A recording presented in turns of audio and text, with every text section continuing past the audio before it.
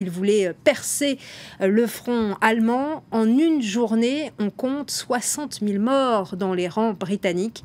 Le massacre va se poursuivre jusqu'au 28 novembre pour une conquête seulement de près de 10 kilomètres.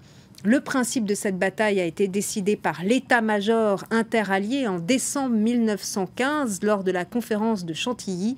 Il s'agit d'une offensive franco-britannique programmée 2 mois avant l'attaque des troupes allemandes sur Verdun. 52 divisions britanniques participent à cette bataille. Pendant une semaine, les Allemands vont subir les impacts de plus d'1,5 million d'obus. Le 26 juin, les Britanniques, et c'est une nouveauté, vont ajouter du gaz chloré à leurs explosifs qui provoquent l'asphyxie puis la mort, des gaz qui seront de plus en plus sophistiqués, qui seront utilisés. Les Allemands du coup ripostent, un mur d'explosifs allemands s'abat sur les troupes britanniques et c'est le combat de l'artillerie britannique contre les mitrailleuses allemande. 60% des hommes vont mourir au combat en ce premier jour de la bataille de la Somme, donc le 1er juillet. L'objectif n'est pas atteint, c'est un échec. On voit des corps à perte de vue sur ce champ de bataille que vous voyez à l'instant et sur ce mémorial de Thiepval. Ce mémorial où les hommes de toutes origines sociales sont commémorés. Ils ont tous entre 15 et 60 ans avec une moyenne d'âge de 25 ans. Et devant le mémorial, vous l'apercevez, se trouve un cimetière où reposent notamment 300 soldats français et 300 soldats des forces du Commonwealth. L'objectif donc n'est pas atteint, on voit des corps à perte de vue et c'est l'erreur tactique du général britannique Douglas Haig. Les abris allemands étaient bien plus profonds et leurs emplacements bien plus solides. Vous voyez actuellement le prince Charles qui vient donc d'arriver. Vous voyez également Kate Middleton, la duchesse de Cambridge, et William, son époux, le fils aîné du prince Charles. Voilà pour cette cérémonie franco-britannique. Les positions allemandes sont donc épargnées par les bombardements et les artilleurs britanniques étaient très inexpérimentés. De nombreuses erreurs sont donc commises. Et la défense allemande va se réorganiser avant la vague d'assaut britannique. On va retrouver Mark Owen sur place. Comment se déroule actuellement la cérémonie? Qui est là?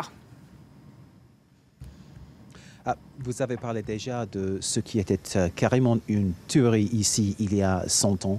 Le 1er juillet 1916, c'était la journée la plus lourde, la plus difficile, la plus meurtrière dans toute l'histoire militaire britannique. Aujourd'hui, ce sont des commémorations pour tout le sacrifice qu'on a fait dans le champ de bataille ici à la Somme. Derrière moi, c'est la garde de Coldstream, qui est la garde de la reine britannique, bien sûr. Et on a vu déjà arriver les deux princes, Harry et William, ainsi que la duchesse de Cambridge, Kate, qui est là, le prince Charles aussi.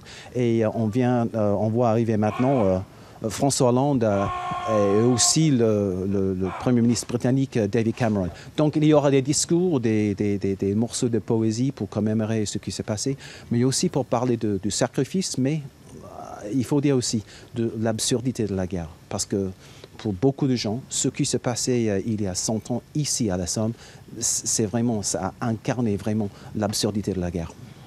Comment est retransmise cette cérémonie actuellement au Royaume-Uni ?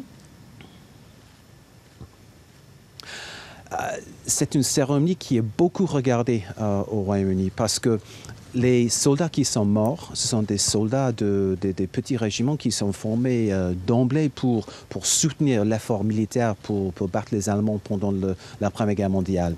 Ça s'appelle des régiments des PALS. C'est un mot qui dit en anglais copains.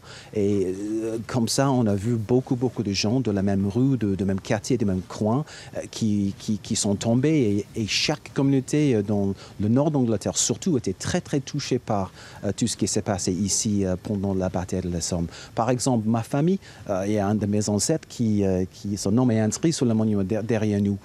C'est-à-dire que tous les gens de quasiment toute ville d'Angleterre a perdu quelqu'un, connu quelqu'un qui est tombé à la Somme.